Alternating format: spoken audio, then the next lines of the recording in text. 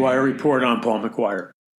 On today's program, I want to talk about important things that are going to radically affect your life, your children's life, your future. When I say the very near future, I mean the very near future. I'm talking about 5 years, 10 years, 15 years, 20 years, 30 years. Because there is perhaps the biggest revolutionary plan to completely redesign every nation on planet Earth, including America. Now, this kind of massive transformation has never, ever happened before to the degree that we're talking about. So there's no way you can compare it mentally. You can learn from history, but you really can't find a time in history when this level of massive transformation happened. And it's all centered around what they call the UN Agenda 2030, or the New Green Deal, or Agenda 21, or climate change.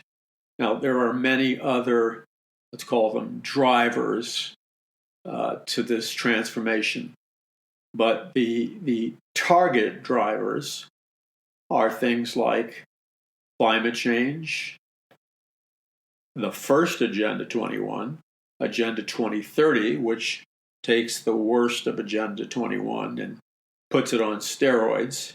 And after all, by the way, Agenda 2030 is just around the corner. You're talking about, 11 or 12 years? That's nothing. And then you have the Green New Deal, which is nothing more than putting Agenda 2030 into action. Now, most Americans have little or no idea about what is in these things. Unfortunately, the mainstream media, even the channel that claims to be conservative mainstream media, and that's very questionable, by the way. You know, things change quickly. And the particular channel that I'm talking about, I think, is the best channel that there is.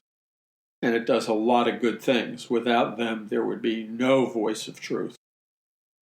But that channel has changed incrementally. If you really take a close look at the content, the ratio between conservative programming and liberal programming, I think you'll find that the percentage of liberal, progressive programming has been on the steady increase ever since the election of 2016 and then when Trump got elected.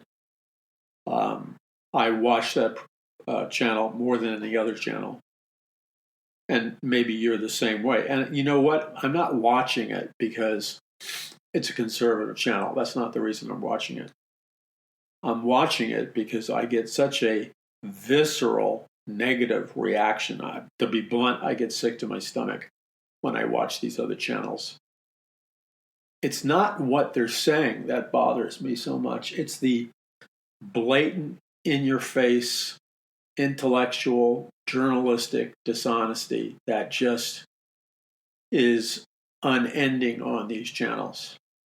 I mean, lying, not quoting sources, distortion, bias. They're off the Richter scale. I wish it wasn't that way. It didn't used to be that way. As many of you know who have been followers of my ministry, Paul McGuire Ministries in Paradise Mountain Church, for many decades, as many of you have known me for many decades, and some of you have known me for, 40 years or more. You know me because you have known me in the ministry, or as a person in the ministry, or just as a person, because I was very much a part of a very well-known, at that time it was the only megachurch in Southern California. Maybe there were two megachurches, but this was one of them. And I'm speaking of Jack Hayford's Church on the Way, where I was a member and a member of the ministry team and a member of the faculty for decades. So many decades that I literally forgot. I was a close friend of Dr. Jack Hayford, one of my primary spiritual mentors. I worked together with him one-on-one on many ministry projects. I was part of his ministry team. I wrote for him, for example, the Spirit-Filled Life Bible for Students, which is a big, thick, New King James Version Bible. That was one of the all-time best-selling Bibles published by Thomas Nelson Publishers. In fact, the version that I did the writing for, which was the Spirit-Filled Life Bible for Students, and then there was the Spirit-Filled Life Bible. They were both about equally as thick, but I enjoyed writing the Spirit-Filled Life Bible for Students because it gave me a creative freedom, and I wrote all of the notes from Genesis to Revelation in the categories of what were called word wealth, which would give you an explanation of a biblical word and its Greek root and its Hebrew root and its Latin root, so you could understand the words. And I did all the words from Genesis to Revelation. Then I did all the I forgot what it was called, but you would break up into a paragraph or two a teaching on a Bible verse or a couple of Bible verses. And you would simplify it and make it exciting and dynamic for young people, but also for young adults and adults. And I really enjoyed this because of a number of reasons. I enjoyed it because what I did is, with a lot of the titles of these explanations, I would write like Sympathy for the Devil. Now, Don't Get a Heart Attack. That was simply the name of a famous Rolling Stones song. So I tried to make obviously I wasn't advocating Sympathy for the Devil, but I had this all over the book. It was very culturally, for the time, very culturally relevant, because I wanted to make the Word of God accessible to regular people, to non-religious people. And I didn't want it to be a dry theological book. So it sold a phenomenal amount of copies because it was contemporary and relevant. And I deliberately went out of my way to not make it boring and religious. And so it sold like crazy. My disappointment is they got a number of years after it had this record-breaking sales record, and it was being used by adults and teenagers and all kinds of people all around the world. You know, they had some committee of Christian scholars, academics, who didn't add any, in my opinion, real spiritual value to what I had written. But what they did is they took what I wrote and they neutered it. They stripped it of its cultural impact. So like when I was talking about Adam and Eve in the Garden of Eden, my title for the Bible study in the middle of the page was called Maximum Sex, Love, and Marriage. Why? Because that will grab somebody's attention. And I had all kinds of stuff like that. So it was interesting. But they turned it into a boring, predictable, overly theological. Personally, I think they ruined it. I don't know what happened to that Bible version after in my opinion, they finished ruining it. I would guess the Bible sales crashed. You know why they crashed? Because the person or persons they hired, I mean, this is not like bragging about me. And there was another contributor too. There was I think two of us who did all the notes from Genesis to Revelation. It took me a year and a half to do this. And the point is, it made the Bible exciting. It made the Bible inviting. It made the Bible relevant. It made the Bible powerful. And that's the wording that I used. And then it sold, like I said, phenomenally. But then they turned it over to a bunch of theologian types, who bore, I'm not knocking all theologians, but theologians have a very bad tendency of imitating their secular counterparts in academia and speaking in a very dry, overly complex language. It's one thing if you're using a high level of vocabulary because you need a high level of vocabulary to explain it. It's entirely something different when you use a high level of vocabulary because what you're really secretly trying to do is impress everybody about how knowledgeable you were. So I think that after they switched it, and then they ruined the artwork. Oh, dear God. And then I think the sales of this particular Bible, and I could be wrong, and if I'm wrong, I'll admit it publicly, but the sales began to crash. Why? Because it wasn't inviting, it wasn't exciting, it wasn't dynamic. It was, ho-hum, here's another overly religious, lifeless Bible study tool. And that I'm kind of like venting here, so give me permission to vent. But see, that kind of thing has always driven me crazy in the Christian world. Because I came from an atheistic world. I knew what it took to reach me as somebody who was an atheist, a New Ager, and somebody who hated Christianity and had no interest in reading the Bible. And that was back in the 60s. Now, today, the amount of people who would have my same psychological, spiritual profile has gone through the roof. I was probably, a minority back then. Now it's the new norm. I mean, people are into witchcraft and everything else. And, young people are listening to the hip hop artist and rapper Jay-Z and Beyonce, his wife, and they're openly singing about Satanism, and whether you like their stuff or not, it's very, very creative. And Lady Gaga's the same, and you could go down the list. They're into satanic things, occultic things, but they're very, very creative, and they know how to capture a person's imagination. Well, that's what I tried to do with this Bible. In fact, if you want to know a little secret, when you see all these, you have the Word of God, and then there's a square on one page or a square on 2 pages, and it's like a 2 or 3 paragraph mini Bible study that helps you open up key words and key themes. But it's designed to be, at least when Jack Hayford was talking to me at his office. And by the way, let me tell you something about Jack Hayford's office.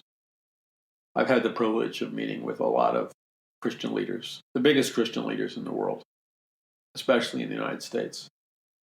The vast majority of them I've met. But the thing about Jack Hayford is he had an office at the King's College and Seminary. I was a professor of eschatology or Bible prophecy at Jack Hayford's King's College and Seminary. He had an office there that was a large office, etc., because he had to meet faculty, staff, visitors.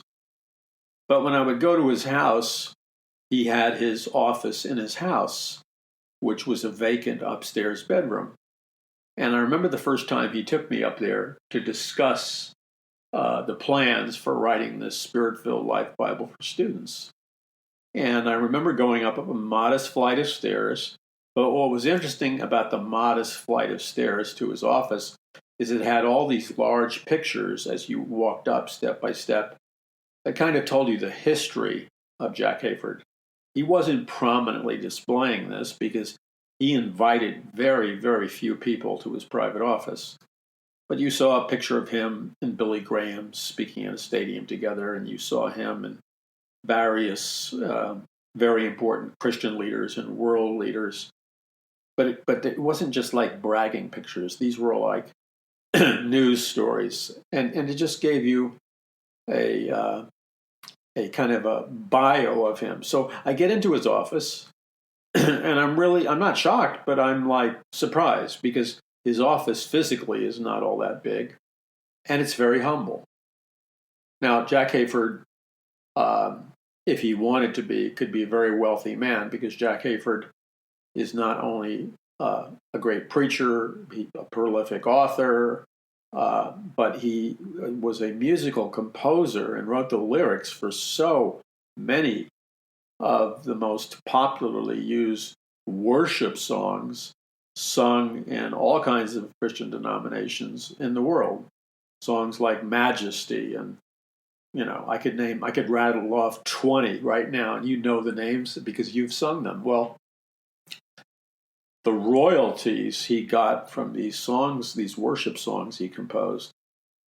Like, I don't want to discuss his wealth publicly, and I don't know what his exact wealth was, but I would imagine that he was wealthy and affluent to a considerable degree because of that. Now, you would never know it, though, by Jack Hayford's lifestyle, by his home, by his cars, by his office at home. He had a nice home in a middle-class community, but it wasn't, some outrageous palatial community. And when I walked up the stairs to his office, his house was, 35 years old or whatever. Very nice house, very well-kept house in a very nice neighborhood. But I was struck by his office, the starkness of it. It was a working office. He had books and Bibles, and he had a tape recorder. And it wasn't, I laughed my head off.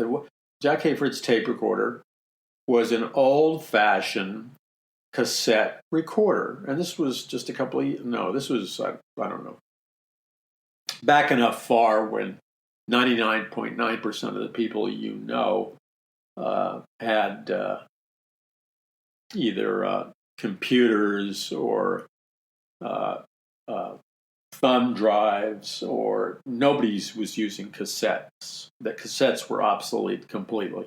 They were all using electronic data storage with very fancy sound mixers, very fancy microphones. And he had a huge staff of multimedia people. They could have set him up the most deluxe recording studio within his office if he wanted. He didn't want it. He had a piano in there. He composed his songs on a cassette recorder. You know why? Because Jack Hayford was not in love with money.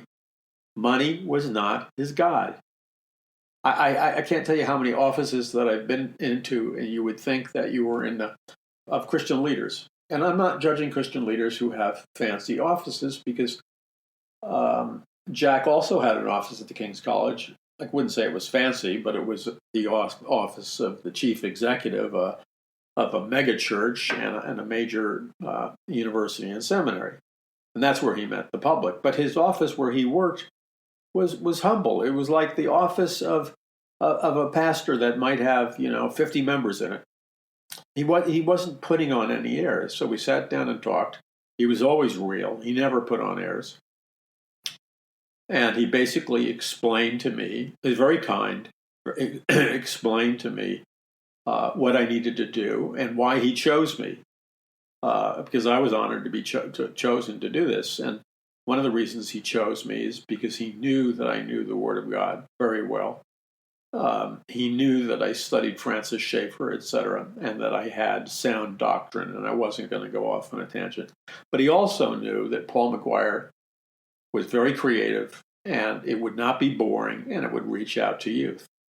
So I was very honored to do that, and I got paid to spend a year and a half studying the entire Old Testament and New Testament and breaking it down into word wealths and into these statements that give mini Bible studies. And in those statements that give mini Bible studies within this Spirit-Filled Life Bible for Students, if you see it on on Amazon or whatever, grab yourself a copy if it's the big, thick, old edition. My name is on it in the credits, but I don't know if it's on it in the Amazon ad. And my name is on it in terms of inconspicuous credits compared to Jack Hayford, who's the general editor. Because this is like a 10 or 15-year-old volume, and it's really a great Bible study. And again, the new ones they published with the bad artwork and the typical religious, overly religious, hollow, pharisaical tone of preaching isn't in there.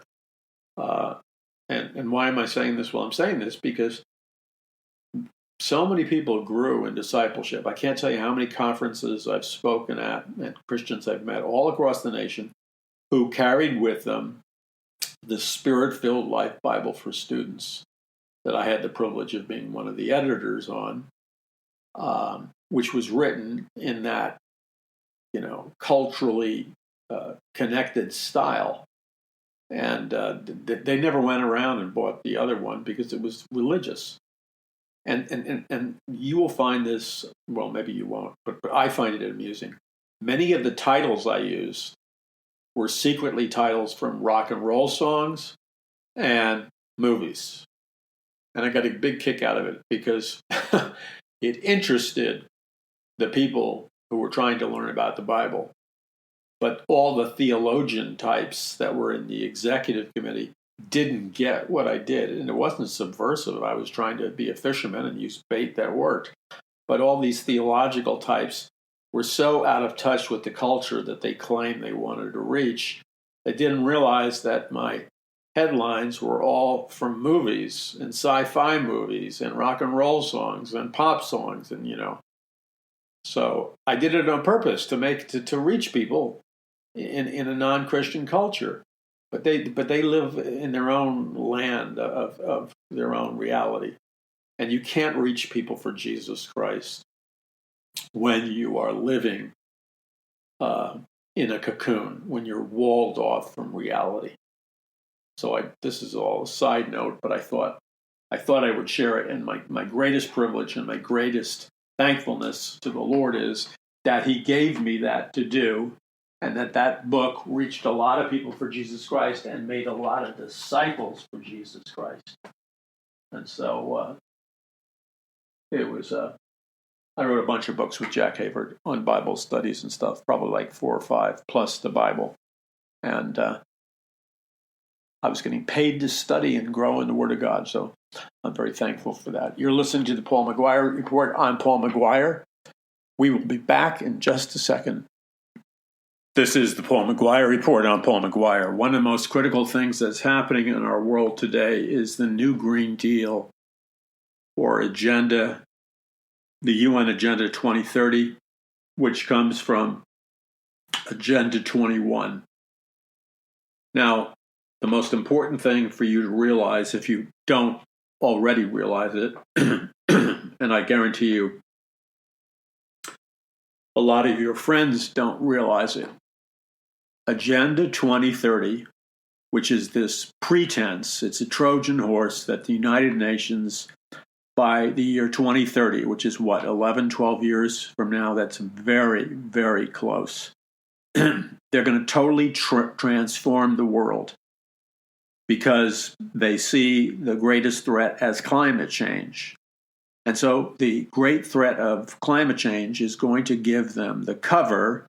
It's going to give them the excuse to do things that you couldn't normally do in everyday life. In other words, if you have a uber crisis, a mega crisis, then you're justified in doing all kinds of radical things because, of course, you're protecting everybody from a mega crisis.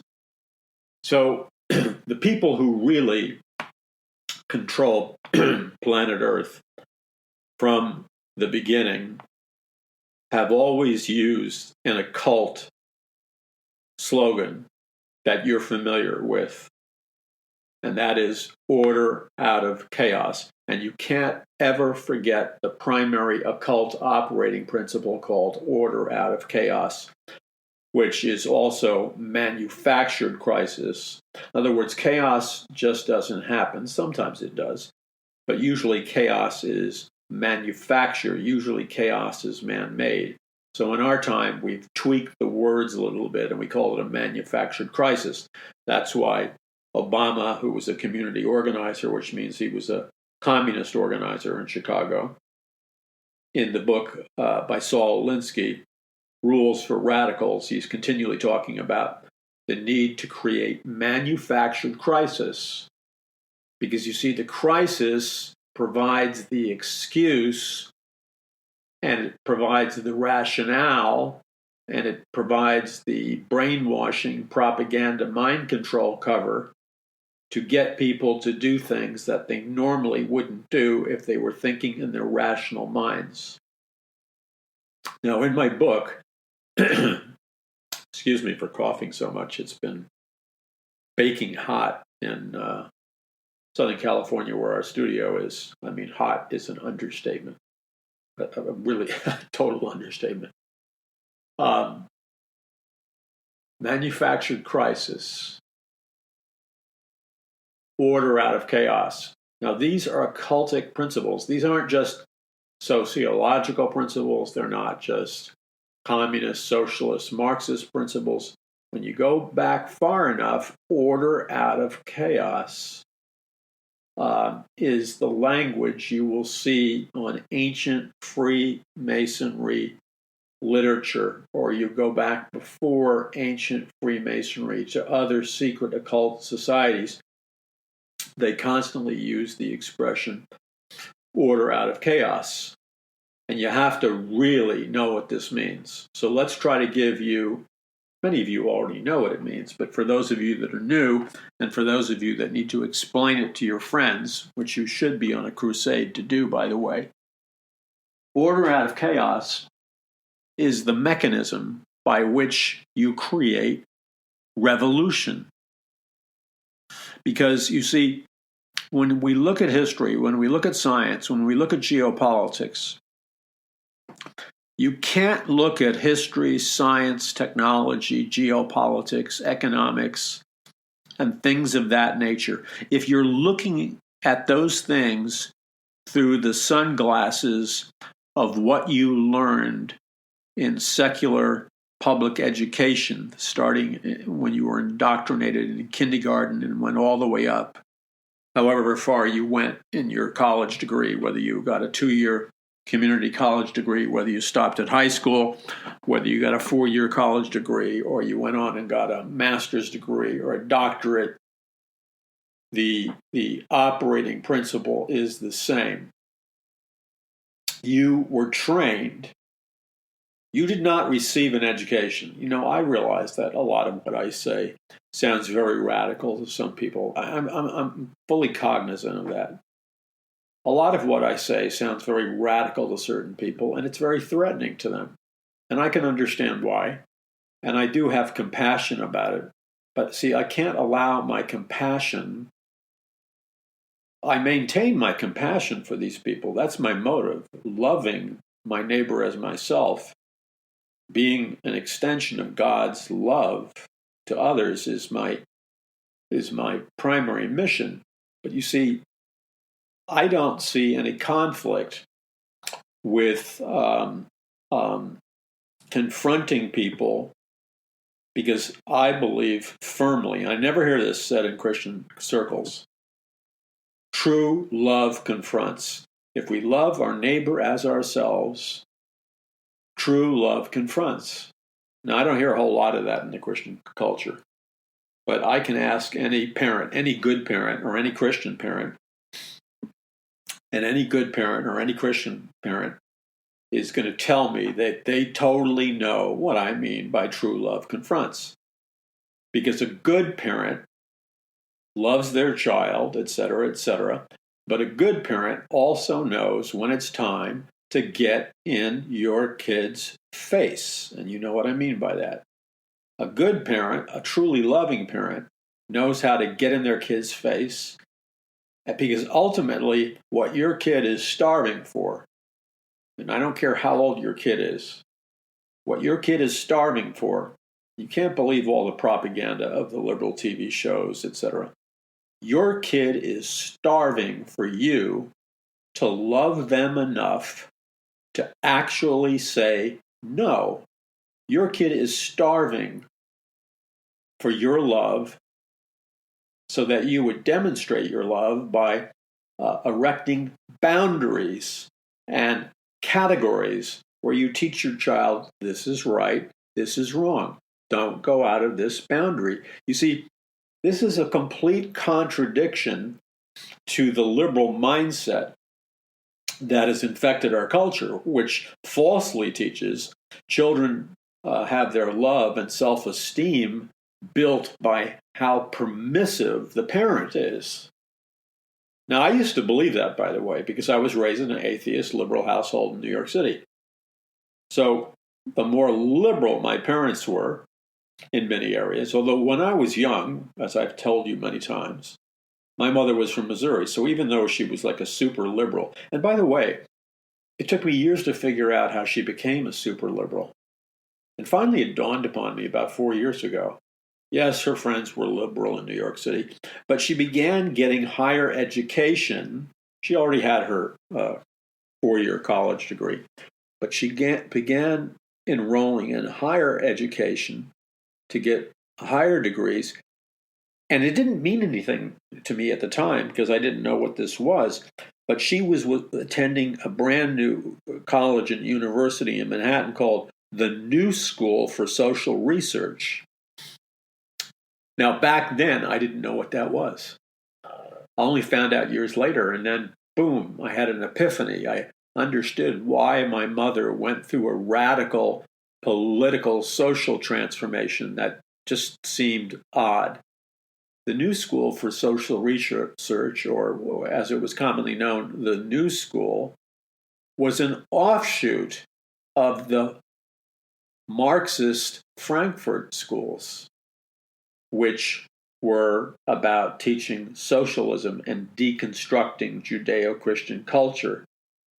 You see, so the university she went to for her advanced educational degree was part of a whole series of new colleges and universities springing up across the United States that were all birthed out of the Marxist Frankfurt School.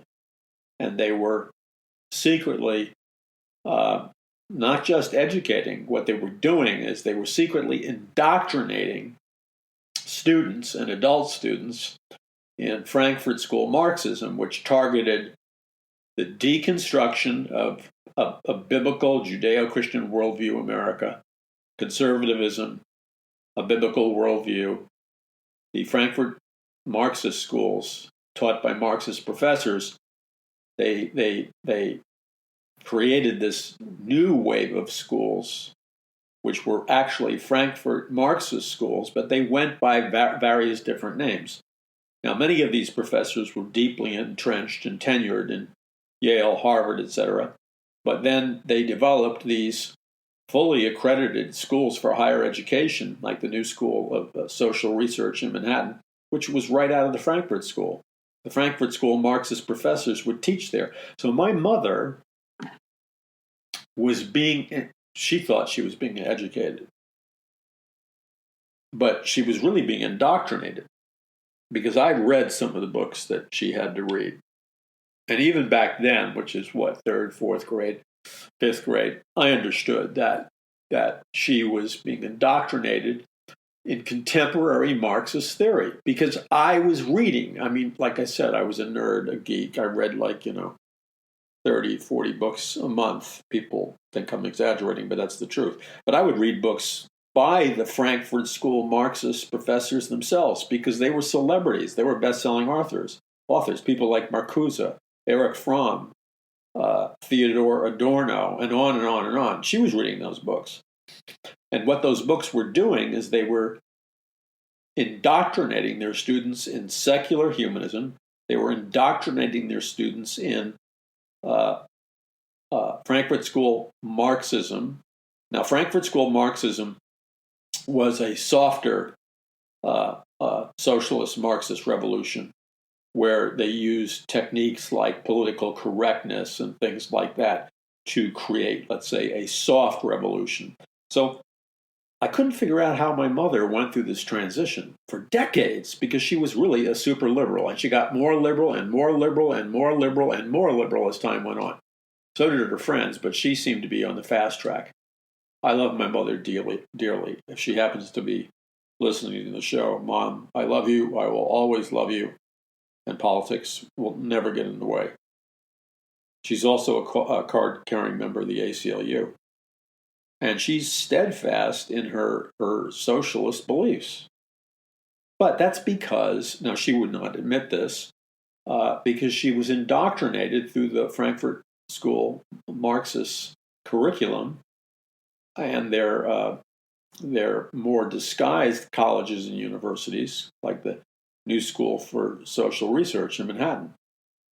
You see, this is how they indoctrinate multiple generations into rejecting Christianity and accepting socialism, except they leave out one very inconvenient truth. And this is a truth that I understood going way, way back to, like, I don't know, junior high school. Because junior high school and then high school, I had my hair down to my waist. I was involved in radical politics. But I realized, okay, because like I said on the program before, I had friends who were like, if you ever saw the episodic TV show Mad Men, I had friends whose fathers were Madison Avenue advertising executives.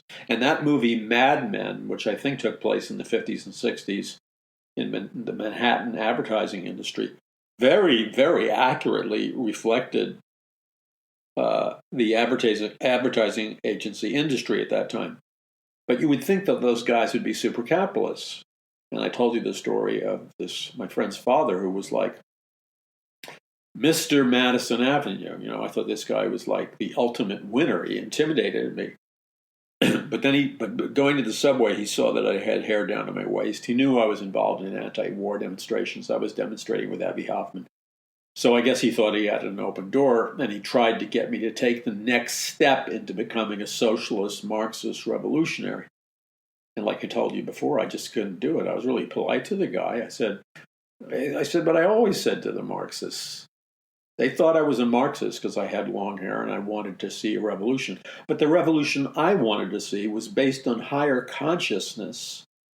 Okay? It was not based on what to me was, somebody would have had to have poked your eyes out with an umbrella not to be able to see that nowhere on planet Earth ever, not now, not in the future, has there ever been a communist, socialist, Marxist government which has ever even remotely succeeded. And that's what I told the guy. I said, look, what you're saying sounds very romantic. It's very appealing, democratic socialism. And we're going to, workers of the world unite. We'll create paradise on earth. Why not? Why not create paradise on earth? But you're doing it based on socialism. And socialism has never been anything else but a stepping stone into communism and Marxism. And what I said to him was, I have never seen a video, black and white news footage, read a book, saw a photograph. I have never read an account, and I'm fairly well familiar with all these nations that had communist revolutions, I told him, because he knew I was a reader and I was a smart kid. And I said, look, no offense, but I don't see one single example of socialism, communism, or Marxism ever working, ever creating a workers' paradise. And in fact, in every single communist, socialist, Marxist nation, it becomes a hellhole. People lose all their freedoms. It becomes a police state. Millions of people are killed, shot, murdered, starved to death, sent to re-education camps. And they live in a totalitarian state where they're dirt poor, earning dirt poor slave labor wages. So why would I want to be a communist? And I don't know, there's a disconnect in these people's brains. There's a short circuit somewhere, but I'm not an electrician, so I can't tell you where the circuit breaker flipped in their neurological system because they're unable to perceive the obvious. Okay, so let's get into the Green New Deal. The Green New Deal, let's expose it. Let's not beat around the bush. Let's expose the Green New Deal for what it is. Now, I'm going to be cynical here. So if you could give me the space to be cynical, I have to be cynical on a regular basis. You say, why? It's not a fruit of the Spirit. I didn't say it was a fruit of the Spirit. I just said I had to be cynical on a regular basis. Do you know why? I use it with humor, and if I wasn't cynical, and if I didn't use satire, I would go absolutely stark, raving mad. You know why? Because I'm endlessly perplexed at the, I don't mean to be unkind, but I'm endlessly perplexed at the stupidity and lack of willingness to think among people in America, around the world, and especially among Christians who should know better. So you have all these politicians in the Democratic Party. And what I'm about to say, by the way, don't go riding your horse in one direction or another. What I'm saying, and hear me correctly, this is not by any way, shape, or means a political statement, and I'm going to explain why. Because what I'm talking about is not targeted towards the Democrats or targeted towards the Republicans. What I'm about to explain is something that both the Democrats and a large percentage of the Republicans both stand for. So this is not like, oh, the conservatives are great and the liberals are horrible. No. You have the same syndrome at work among the radical Democrats as you do among the globalist Republicans, because the agenda of the globalist Republicans is going to take you into the exact same nightmare that the agenda of the radical Democrats will take you. Globalism, Marxism, socialism, and communism all end up in the same place. And it's not paradise. Together they will, to use that old song title, together they will,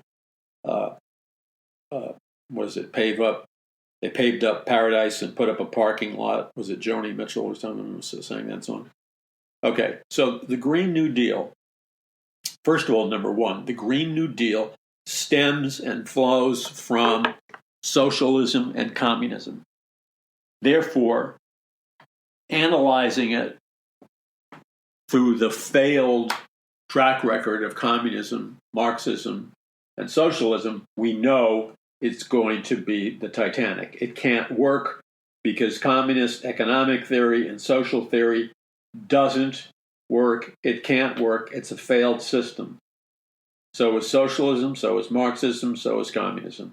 Their track record proves it. Anybody who gets up there, and I don't care who your favorite politician is, you have got to have been dropped on your head seriously in the birthing room to believe the lie of communist socialism and Marxism. It doesn't work. It's never worked. Okay, so from that standpoint, we know that the Green New Deal cannot work because it's a socialist communist program.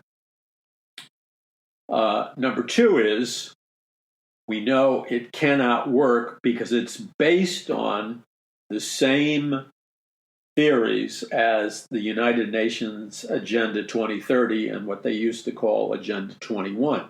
And there's a major fallacy. There's a major defect in the platform of Agenda 21 or Agenda 2030 and that which the Green New Deal is based upon. Now, you may not want to hear it, but sooner or later you will hear it. You'll hear it inside a re-education camp, or you'll hear it when you see the economy of the nation you live in literally collapse into something worse than the Great Depression of 1929 in the United States, or literally collapse into something worse than the German Great Depression that occurred right before the rise of Adolf Hitler, where the German people would have to go to the bank and stores literally with wheelbarrows filled with paper printed dollars. Now, the German dollar was called the mark. So if the Germans wanted a loaf of bread, he talks about this in the book of Revelation. If the Germans wanted a loaf of bread, they'd have to take a wheelbarrow filled with German marks or German dollars to buy a loaf of bread because inflation had destroyed their economic system. Okay. So, what is the Green New Deal? We don't have to go, into a micro analysis of it, but you need to know some things about the Green New Deal. First of all, let's go back to Agenda 21, because Agenda 21 was the pilot program from the United Nations that created the first Agenda 2030 and kind of did a trial run on the Green New Deal. And it was failed. It was a nightmare. Okay, and anybody who tells you it wasn't a nightmare has had a brain transplant. The problem is, in the brain transplant, they didn't get a human brain. They got the brain of an anteater. Can you imagine going in some transhumanist future and the laboratory and play this mental game with me, will you? Okay, we all know Canada is a socialist nation. We all know the socialist universal health care in Canada stinks to high heaven. Anybody who doesn't know that is on the United States side of the border. All the people in Canada know that their socialist universal health care stinks. That's why when anybody gets seriously sick, they will bankrupt themselves to come across the border into the United States and pay out of their own pocket and hire American doctors, American hospitals to treat them of whatever their medical problem is, and then they'll go back to Canada cured. You know why? Because the Canadian universal healthcare system is so bad that many people who have strep throats have to wait like a month or two just to get in to see a doctor, and then they die. People are dying constantly in Canada because the wait time is ridiculous. And if you have something serious like cancer or something else, the percentage of people that die before they ever see the doctor is astronomical.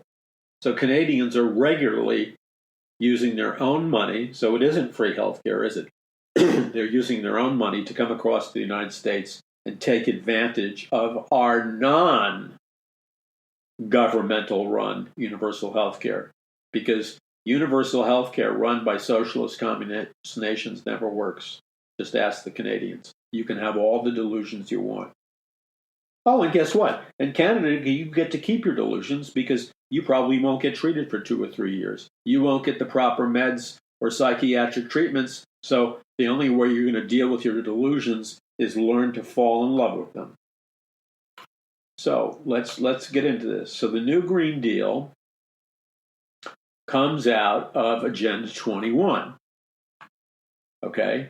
And Agenda 21 is a radical restructuring of planet Earth. And who was the chairman of Agenda 21? A guy named Maurice Strong, who was one of the top men in the United Nations. But Maurice Strong happens to be one of the wealthiest men in the world. And Maurice Strong is a hardcore occultist and deeply involved in New Age spirituality. Remember that. Okay. So in Agenda 21 and Agenda 2030 and in the Green New Deal, the idea is to destroy all fossil fuels, to destroy gasoline production, oil production, obviously, coal production, anything that could potentially pollute the air or the planet is outlawed. Okay, it's illegal. Now, listen carefully. Everything that causes our economy to run, prosper, and thrive is made illegal. Okay? And they're okay with that.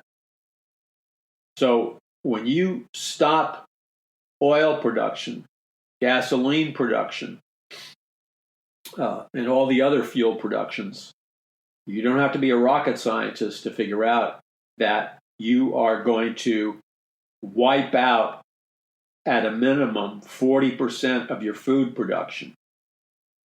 If you shut down your energy production, you are also shutting down your food production. And you don't have to be a genius to figure out that if you're shutting down 40% of your food production, you're going to have, in a very short period of time, mass starvation in America. So let's say people get elected or whatever, and they demand that the Green New Deal is enforced. Now, this begins to very quickly shut down every kind of energy production and development you can imagine, including the transportation of food through trucks which use gasoline, etc. So now you have a nightmare. And I'm giving you conservative estimates. So now here's your nightmare. Because if you shut down all your energy production is always mathematically tied to food production. You have massive artificial food shortages. Okay, let's say we're down. Let's say we have a 60% reduction in food supplies. That means it's down to 40%. That means mass starvation. Now, what does that mean? The CIA created a computer algorithm a number of years ago in conjunction with MIT, Massachusetts Institute of Technology, where they said that the primary, and when the CIA analyzes global data regarding anarchy, riots, civil war, revolutions, social unrest, violence, and bloodshed, they said the number one variable that they can track via computer, where they can predict with mathematical certainty that bloody revolutions, mass killing, mass murders, anarchy, violence, and chaos will hit a nation. The number one trigger, according to the CIA and MIT, is when food availability crashes, either through droughts or some, war or things like a Green New Deal.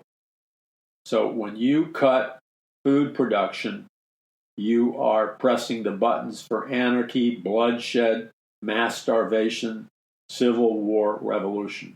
Do you think these politicians think about it? No, they don't think about it because they don't even know it exists. So let's by the way, in my book, which you need to get and you need to buy it and distribute it to other people, in my book, The Greatest Battle for the Hearts and Minds of Mankind in the History of the World, I go through all of this. And if you order the book now, you will get a financial discount on the book. And you can order it by going to paulmcguire.us. If you order it now, you get your copy mailed to you before it's available to the general public. You get a financial discount on the book, and you get an autographed copy of the book. I go into this Green New Deal, Agenda 2030, Agenda 21, and the kinds of things I'm mentioning, and I'm going to be mentioning at this second. Okay, first thing you have to know is that this Green New Deal comes right out of Agenda 2030. It does not work. It's a failed socialist communist program. And the real reason behind it, I'm not going to name the politician, but you probably saw her in the news. And the man that was running her campaign, I guess this female politician and the man that was running her campaign, got in a fight. So he decided to blow the whistle and tell the truth about this big-time politician who was promoting the Green New Deal like crazy. And he accused her of this. He said she knows that the Green New Deal has nothing to do with what they're telling you it has to do with. He said the entire purpose of the Green New Deal is to use it as a pretense or a Trojan horse to take over the entire U.S. economy. Now, you need to write that down and underline it. Why would anybody want to do that? Because that's Communist Revolution 101. That's Marxist Revolution 101. That's Socialist Revolution 101. They have to take over the entire economy. So they do it through lies and deceit. So the Green New Deal, they know it's going to create chaos. They want chaos because chaos will bring in a socialist revolution. The purpose of the Green New Deal, according to my research, but really more importantly, according to this female politician's campaign manager, he said that these key political leaders know the Green New Deal is going to collapse our economy and our food supply. But it's their way where they'll be able to take over our entire economy. And in order for there to be a socialist, communist, or Marxist revolution, if you read Karl Marx's Communist Manifesto, is the state has to take over all the means of production. It's one of the major tenets of communism that the state takes over all the means of production. So when the Green New Deal people take over all the manufacturing of food, all the energy supplies, what they've done is they've activated the Communist Manifesto, which says that they take over the means of production. The more that the means of production is controlled by the government, the more powerful a socialist, Marxist, communist state you have. So he let the cat out of the bag. What will this do, this Green New Deal? You think you have a regulated society now? You will have a super, super regulated society. And this is what the Green New Deal promises to do. And this is a suicide march. You would have to be a member of the Jim Jones cult, who not only had a couple of glasses of the Kool-Aid mixed with poison, you would have had to drink a gallon of the Kool-Aid poison to believe this nonsense. The Green New Deal, their proposal is to reduce the world and the U.S. Their production, our production of coal, oil, and natural gas. They want to reduce it by 85%. They want to reduce the production of coal, oil, and natural gas by 85%. You notice Communist China is the biggest polluter and user of coal, oil, and natural gas, and nobody's touching them. They're going to take a wrecking ball to the U.S. economy. If you reduce, this is more than suicide. This is insanity. You reduce the U.S. coal, oil, and natural gas production by 85%. Let's say you have it phased out over the next 10 years, which is what they want to do. I want you to listen to me very, very carefully. And then I want you to go to paulmcguire.us and order a copy of the book, The Greatest Battle for the Hearts and Minds of Mankind in the History of the World, now while you can get a financial discount. It'll be rushed to you before it's out to the general public. You need to get the book because I explain all this. Now listen to me carefully because this is from the book. If they succeed with their Green New Deal and they reduce U.S. coal, oil, and natural gas production by 85%, phased out over the next few years or the next 10 years, first of all, we don't have anything at the present moment that will generate the power we need to produce food and run our cities. So this is a suicide game. Oh yeah, we got a lot of big talkers about windmills and solar panels and all this stuff. They're not operational, and if they are operational, that they're at a minimal level. They couldn't produce enough power to even generate enough power for a segment of our society. So if they kill 85% of the U.S. coal, oil, and natural gas production, like in the next 10 years, we don't have any other way of getting energy. Well, we can have all the romantic George Soros legalized marijuana pipe dreams we want to have, but we don't have a technology and industry to replace that power. You know, we need to think critically. Again, I'm not being facetious. God gave us the mind of Christ. My question rhetorically is always the same. If God gave us the mind of Christ, which he did, the following question should be, is the mind of Christ stupid? Why do I ask that question? Because I meet a massive percentage of what I would call stupid Christians. I'm not trying to be unkind. It's factual. They're supporting the Green New Deal. They're supporting an 85% cut on U.S. coal, oil, and natural gas production. Okay, but they obviously don't have the mind of Christ operational, because the mind of Christ is not stupid. And this is stupid. This is so stupid that it's suicidal. But you got Christians who act like they're in a daze. This is exactly what will happen if we reduce coal, oil, and natural gas production over the next 10 years. We will reduce it by 85%. We don't have anything to replace it with right now.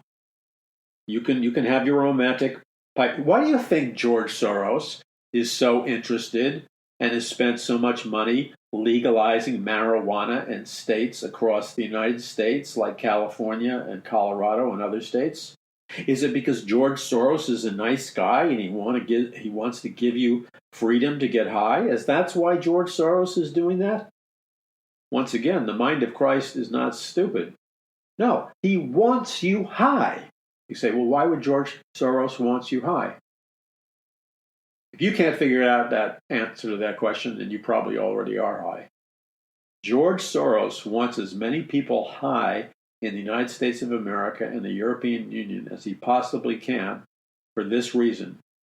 People who are high on marijuana and other drugs cannot think intelligently, clearly, and rationally, and they don't have the ability to critically think. That's why George Soros wants people high. He's not a good guy. That's not why he's legalizing marijuana. He wants everybody stoned. Why? Because stoned people can't see the obvious. Stoned people can't lead. Stoned people don't know how to analyze the facts. He wants you high because he's all about initiating a hardcore socialist revolution in the United States of America, in which the Green New Deal will be passed. And he knows the only way he can accomplish that goal, he's not going to win at that goal if America is sober-minded, like the Bible said, be sober-minded, or your adversary, the devil, goes about like a roaring lion seeking whom he may devour. George Soros doesn't want you sober-minded. He wants you stoned so you can't see the obvious. And here's the obvious. If we have an 85% reduction in the production of energy, half of the population in the United States and planet Earth will die off in a relatively short period of time. Did you hear what I said? With no food on a mass level, if we have I'm being conservative, if we have a 60% reduction of food production because we don't have coal, oil, and natural gas, that means, conservatively, we can only feed 40% of the American and 40% of the global population. That means 60% of the population in the United States and the world dies off. At least half the population dies off.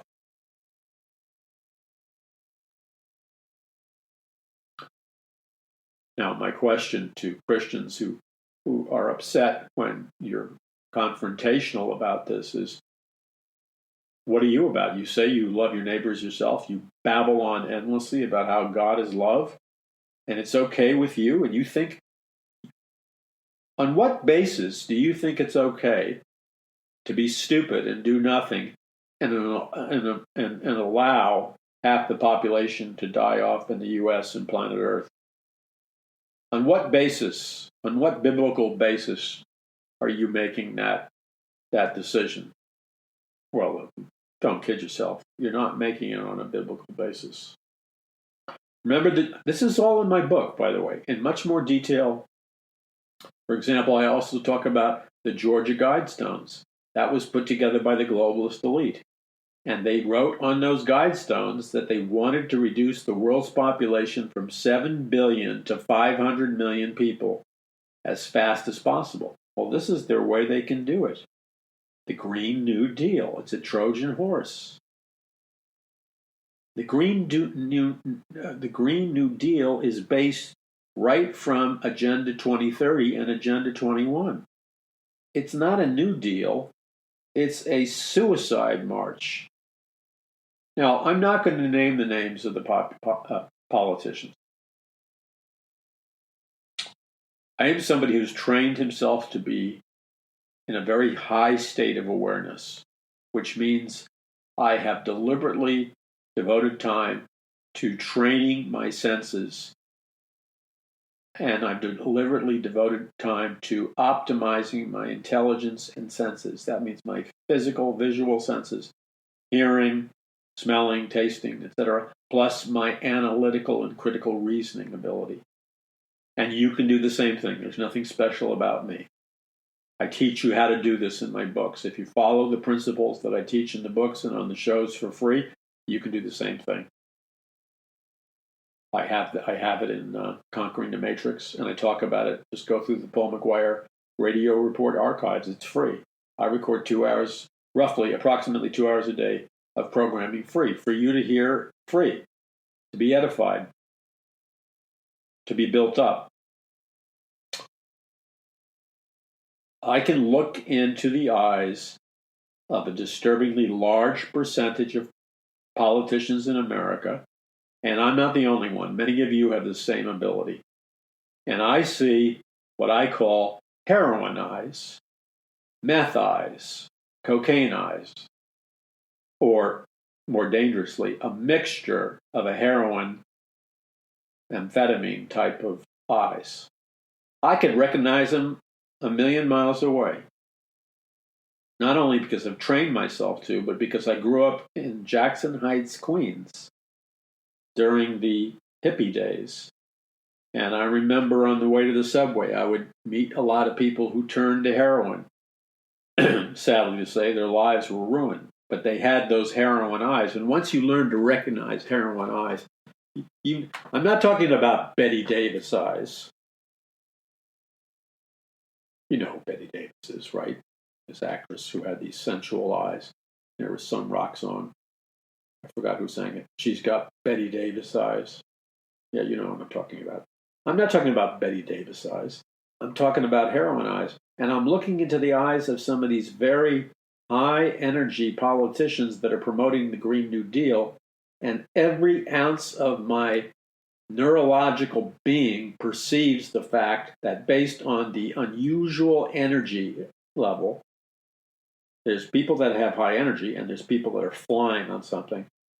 The dilated pupils, the very enlarged pupils, and a distinct glassiness to the eyes, which bulge out slightly.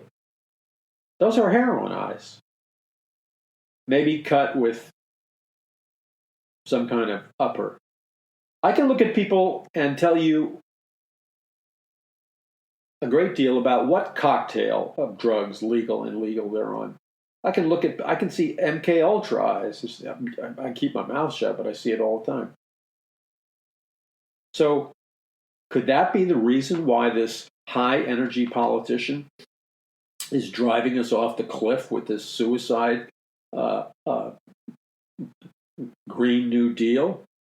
Because she's, to be blunt, whacked out on heroin and some kind of amphetamine.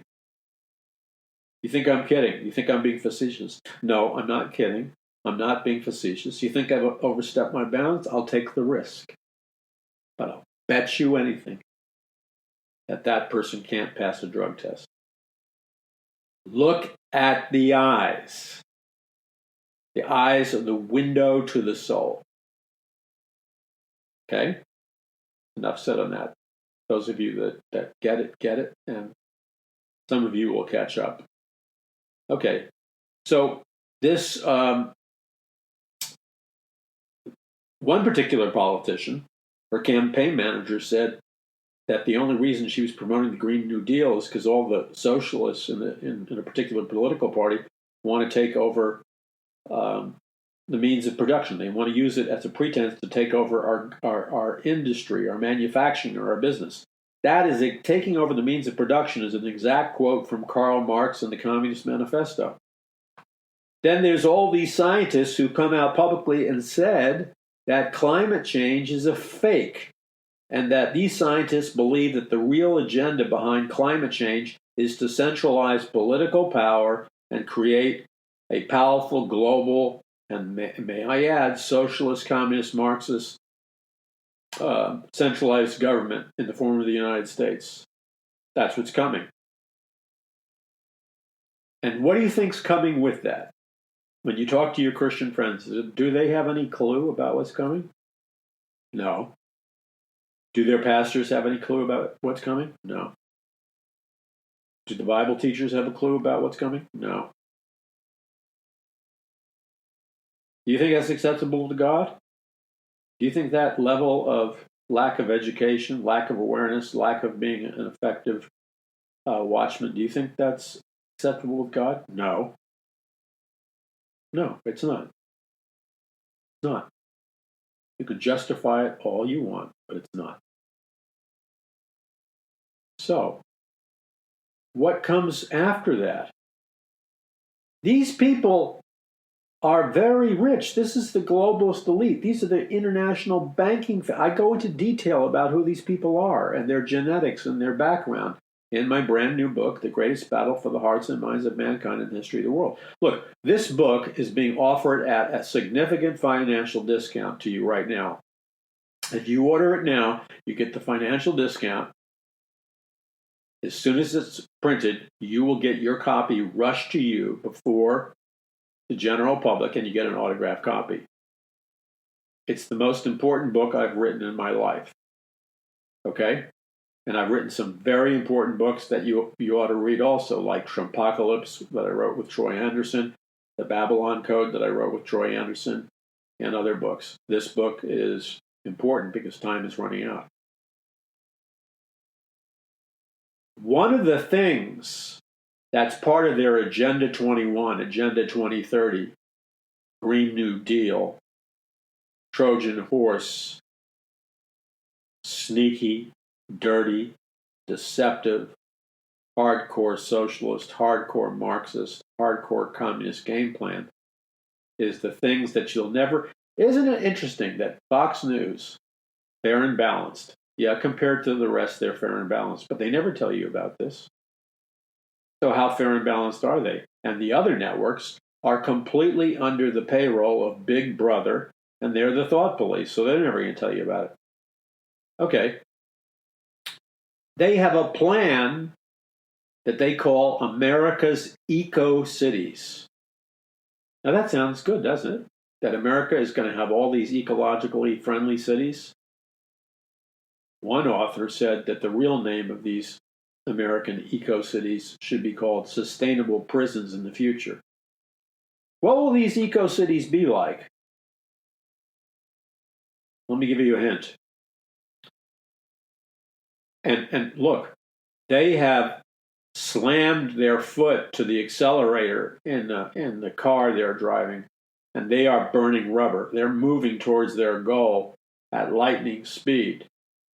And some of you, well, many of you get it because you're a regular listener of the Paul McGuire Report, but you got friends that are clueless. If you don't wake them up, nobody's going to wake them up. So 2030 is just 10 years after the next election, which is 2020. They plan to have moved a total of I guess what, are we still at 7 billion people on planet Earth? I want you to realize what a radical seismic shift this is. They plan by 2030 that they will move a total of 4 billion people into what they call eco-cities with controlled environments that are sustainable cities and regulate up to the droplet how much water, energy, food, and production is allowed in these eco-cities. Now, right now, we have about 7 billion people on planet Earth. A lot of them are rural areas. They're spread out all over the place. They're spread out in suburbs. But you see, the game plan of the globalist elite, who are the secret masters of the world, by the way, is to squeeze as many people as they can. They're planning by 2030 to put 4 billion people in these eco-cities. You better wake up and smell the coffee. You dream of an American dream? Somebody's got an AK-47 aimed at that American dream. And it's not some gun nut. It's the UN. Because they want to shut down the suburbs. So they don't want you to have your American dream. They want you to live in a teeny-weeny apartment. I've seen the promotional propaganda ads promoting these eco-cities. And notice how many TV shows are promoting how cool it is to have an itsy-bitsy, teeny-weeny, not yellow dot bikini, but an itsy-bitsy, teeny-weeny apartment that's 500 square feet. But how cool it is. You see, you sell people, you can brainwash people to believe anything. People are so easily brainwashed under scientific mind control. Another topic I deal with in my book is that you can convince them that what's awful for them is their heart's desire. So you convince people through mass brainwashing that living in a nice house with land and grass around it, or living in a mansion, or living in a beautiful rural area or whatever, you can brainwash them into thinking that's absolutely horrible. And then you can make them feel guilty that by living in such nice housing and land, that they're responsible for destroying the planet. What kind of again? Somebody has had to drop you on your head in the birthing room. Do you think Al Gore, when he travels with speeches in his giant jet burning up who knows how much fossil fuel, all the movie stars, all the elite, all the high rollers, all the politicians fly in massive private jets burning up all kinds of fossil fuel? They all live in mansions and giant homes and keep the lights on and have heating swimming pools and have palatial cars or fleets of cars. Do you think they give a hoot about burning energy? No. They let Tom Cruise, for crying out loud. Every time I turn around, he's got a different mansion in a different state. He's not thinking about living in a 500-foot apartment. I have never measured my garage, okay? I don't know if it's 500 feet, less than 500 feet, or more than 500 feet. But for many of you listening, you're going to be living in a 500-foot garage called your eco-friendly apartment in the eco-friendly city. And what they forgot to tell you about is that eco-city is going to be filled with violent crime, migrants that are angry. You're going to have racial hatred because it's already boiling over in the city. People are going to get raped, killed, shot, and murdered in these eco-cities. How do I know?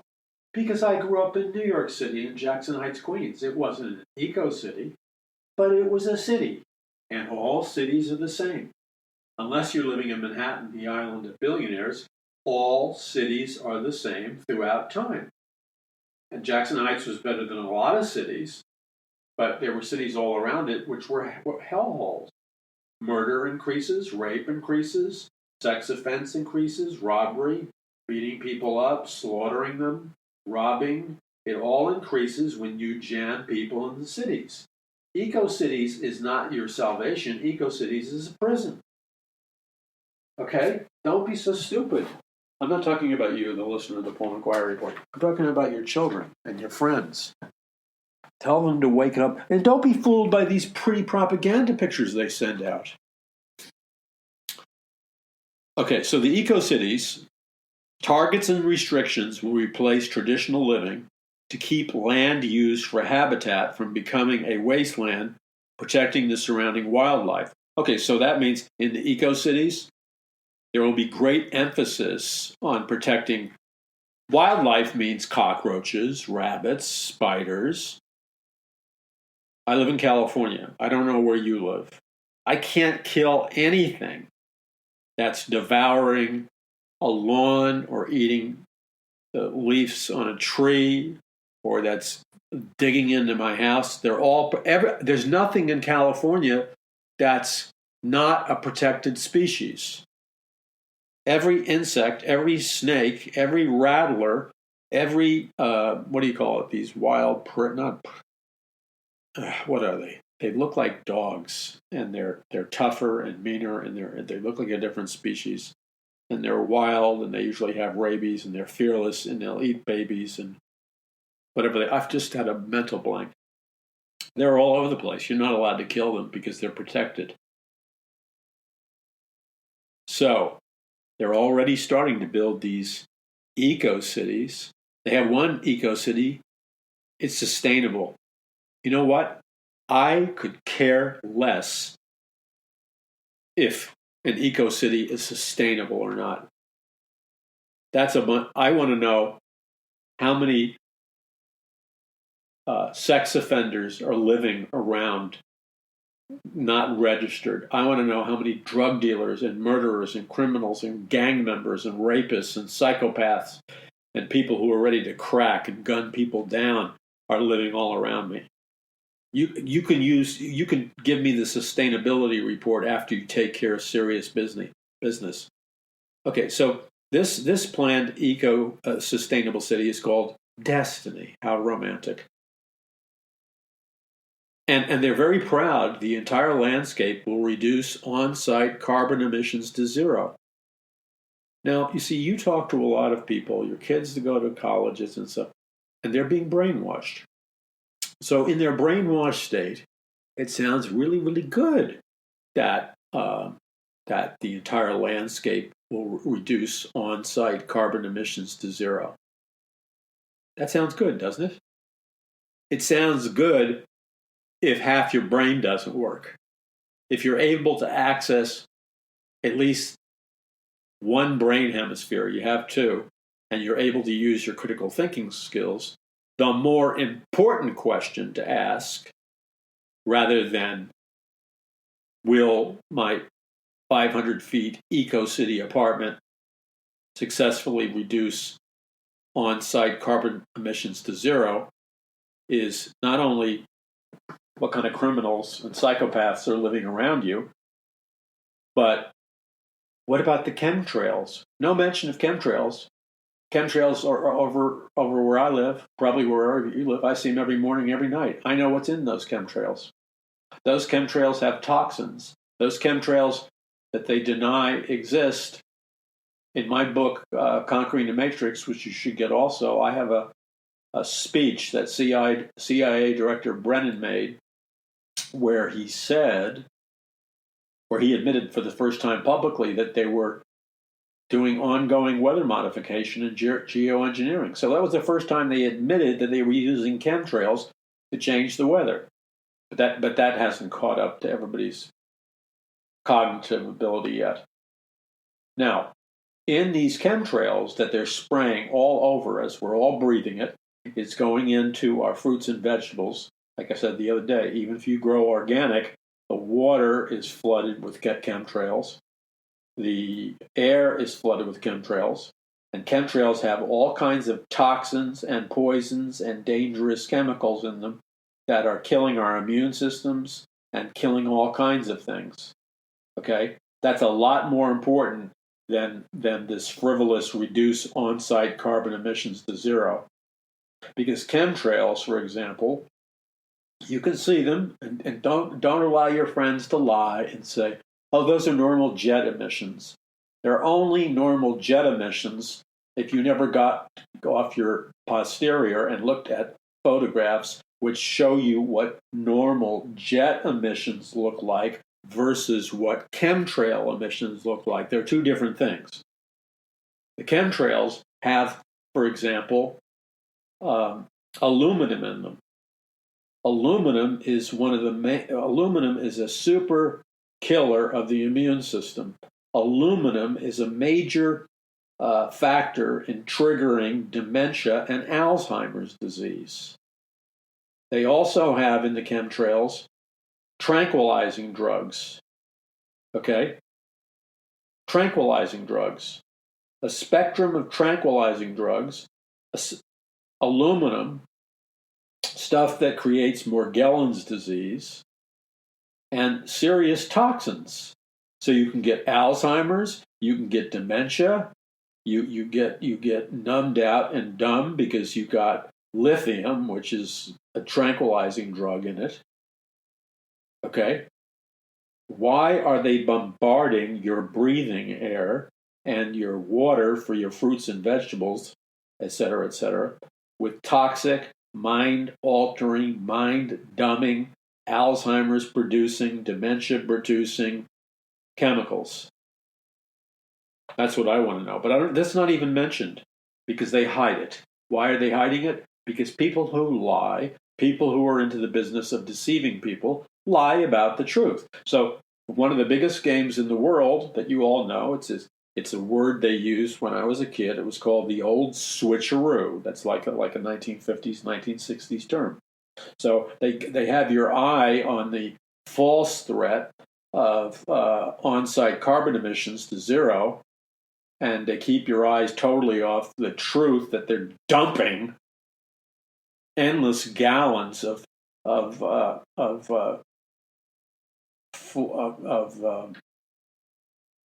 brain killers, aluminum, Alzheimer's, dementia, and tranquilizing drugs coming out of the sky. And then your water supply, which is supposed to be pure. I mean, that's why these people run for what is the head of the Department of Water for all these local cities. They're all on the take. You ought to ring the doorbell of politely, peacefully, law-abidingly. You ought to ring the doorbell with your neighbors of every person in every city and town who's the head of the water district or the water department and ask him or her if they use purified water or are they drinking the water out of the tap. I would bet you 100% of them are not drinking the water out of the tap because they don't consider it fit for human consumption and their children. They're drinking purified water.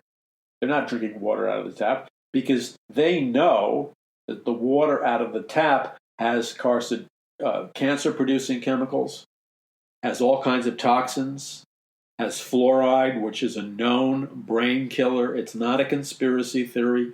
Do your homework. Read my book, Conquering the Matrix. Adolf Hitler was the first person to put fluoride in the water supply in Germany. I think it was in the 1920s. Fluoride doesn't kill cavities. It kills brain cells. It's a tranquilizer. It dumbs down your perception. So there's all these weird chemicals in the water supply that you're drinking. Okay? Now, who cares if we reduce on-site carbon emissions to zero?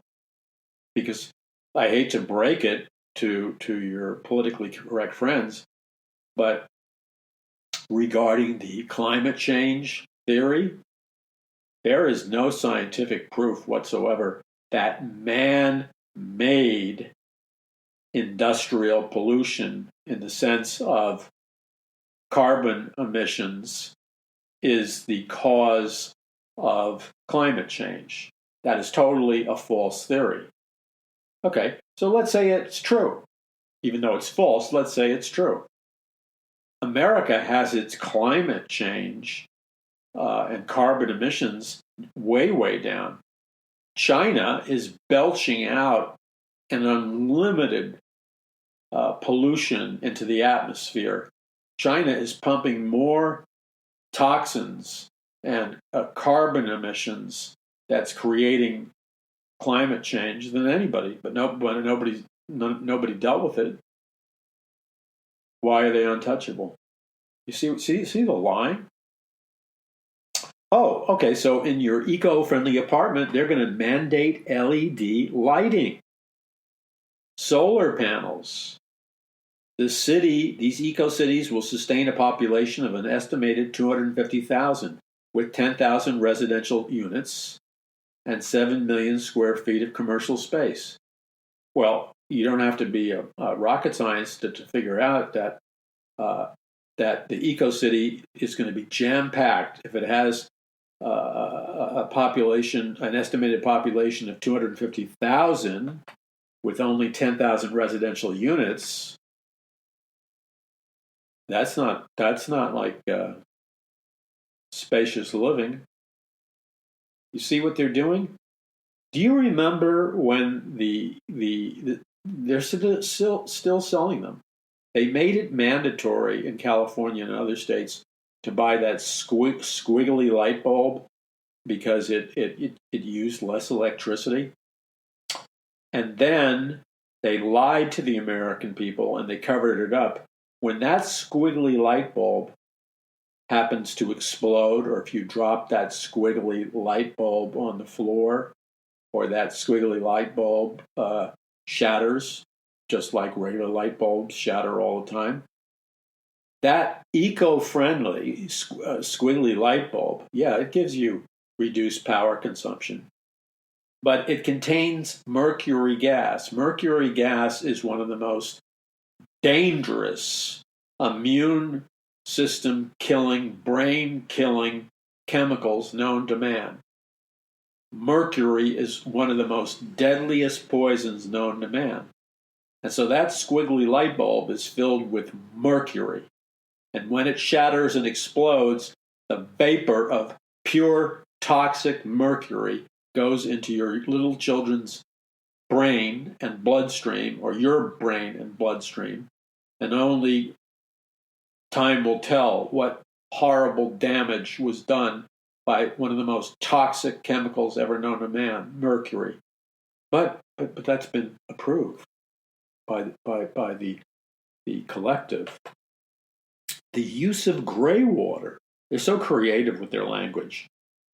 The use of gray water to irrigate what? The use of gray water to irrigate.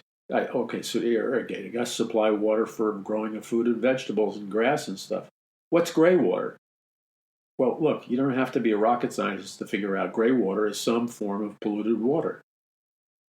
That is not a good thing. A biomass plant. This is disgusting. I can't even read it. Okay, so these little eco-friendly apartments. I see a picture of this girl living in an eco-friendly apartment. It's 500 feet. She's all smiling. You know why she's smiling? Because she drinks plenty of tap water and her brain is fried from fluoride. She breathes the chemtrails, so she's on the tranquilizer. And she's probably on meds. That's why she's smiling. Because nobody in their right mind, she has plenty of stuff. I'm looking at her picture. Nobody in their right mind would live in a 500 square foot apartment and be thrilled about it. But she's brainwashed. She's been told she's helping the planet. So she's got the same silly grin on her. And she's just happy as a kite because guess what? She has a 500 square foot apartment, and that's cool, isn't it? No, it's not cool, you idiot. Do you think that the elite, the globalist elite, live in 500 square foot apartments? Oh, the other thing is, they're doing this already in LA. See, I'm doing this research for the new book, The Greatest Battle for the Hearts and Minds of Mankind in the History of the World. And I get a report from a friend that they're developing a whole series of brand new apartment buildings in LA, a massive number of apartment buildings, okay, that will be part of these eco cities. And guess what? These massive number of apartment buildings do not have any parking spaces or garage spaces for cars. Now, if you know anything about LA, you don't have room to park on the street. There's nowhere you can park because there's signs everywhere saying you can't park, and there's parking meters that'll charge you an arm and a leg if you park there. So by making no available parking places on the street and by deliberately designing the eco-friendly apartments to not have garages for their cars, they're forcing all the people that move into these eco-friendly apartments to only drive bicycles. Bicycles to the grocery store, bicycles to and from work, bicycles everywhere. And you go, oh, that's great, that's saving the planet. No, it's not saving the planet, you idiot. They're brainwashing you to accept the lifestyle of a communist Chinese peasant. I'm going to say it one more time for those of you that are having difficulty with this. When you look at pictures of that workers' communist paradise, communist China, you notice that almost nobody can afford an automobile. And they all live in 500 square foot apartments. That's what communism delivers. So the communist Chinese drive bicycles everywhere. They can't afford cars. And they live in 500 square foot apartments. Now, I hope the non-squiggly light bulb turns on in your brain and you go, aha, that's what they're doing here. Except they're using brainwashing and telling you how you're saving the planet. They are giving you, on purpose, they are through the Green New Deal, that some of your friends are stupid enough to actually think it's a deal. Through the Green New Deal and these eco-cities and these regulations and brainwashing, they are making you very happy that you live in a 500 square foot apartment and that you can't have an automobile because there's no place to park it and you'll have to ride your bicycle to and from work. Oh, happy day, the American dream is yours. That's not the American dream. That's Karl Marx's communist dream. You got brainwashed into thinking that the horrible standard of living that they have in communist nations, which means they're crammed into 500 square feet apartment, they can't afford cars and they have to ride bicycles, okay? You've now been brainwashed in this new America into thinking that the horrible standard of living that the people in communist China hate, 500 square foot apartments, bicycles, no cars, is going to be your destiny in America, in the eco-cities and the eco-apartments. You're going to get a 500 square foot apartment, a bicycle just like the communist Chinese peasant, and no car. And that's where you're going in the future unless you wake up. Now, I have a lot more to share. Time is out for now. I need your help in spreading this message. Yeah, it's a tough message. I do use words that are deliberately disturbing to wake up the sleepy. It's not cruelty on my part. It's not cynicism on my part. It's love on my part, because we're dealing with people who are asleep. We have to wake them up before it's too late. And most of all, they need Jesus Christ. And if you think for one moment you're going to have a home Bible study in an eco-friendly city, you better take a deep breath. Do you think that they're going to make it legal for you to have a Bible-believing Christian church or a Bible-believing Christian Bible study in an eco-friendly city with 500 square foot apartments? Do you really think that they've even zoned in the eco-friendly cities? That they've zoned places for evangelical born-again churches? No, they haven't zoned it. It's a Christless hellhole. We need to wake our brothers and sisters up. I need your help in doing that. I need your intercessory prayer warfare. I need you to pray for me, my family, and this ministry. I need you to send out the links of the program, and I need you to seek the Lord and contribute based on whatever the Lord tells you to do. So no matter how much God tells you to give, simply obey Him in your contributions and donations. Or if God tells you to give a small amount on a regular basis, obey Him. The point is, nobody can do this alone, but we can do this together. This is not about fighting for a selfish, lavish lifestyle. This is about preserving the American dream so that we can continue to worship the Lord and evangelize the lost. But we're going to have to engage in spiritual warfare. So I thank you for your financial support. I thank you for your prayers. I thank you for spreading the message. Get yourself a copy of the brand new book at paulmcguire.us. Paradise Mountain Church meeting coming up in very soon. It's next week. Join me. Go to paulmcguire.us. God bless you. I'm Paul McGuire.